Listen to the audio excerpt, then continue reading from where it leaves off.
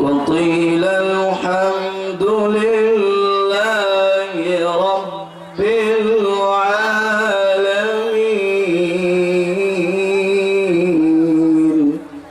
صدق الله العظيم. جزاك الله احسن الجزاء. अभी मौसूफ निसार अहमद साहब तिलावत कलाम पाक फरमा रहे थे।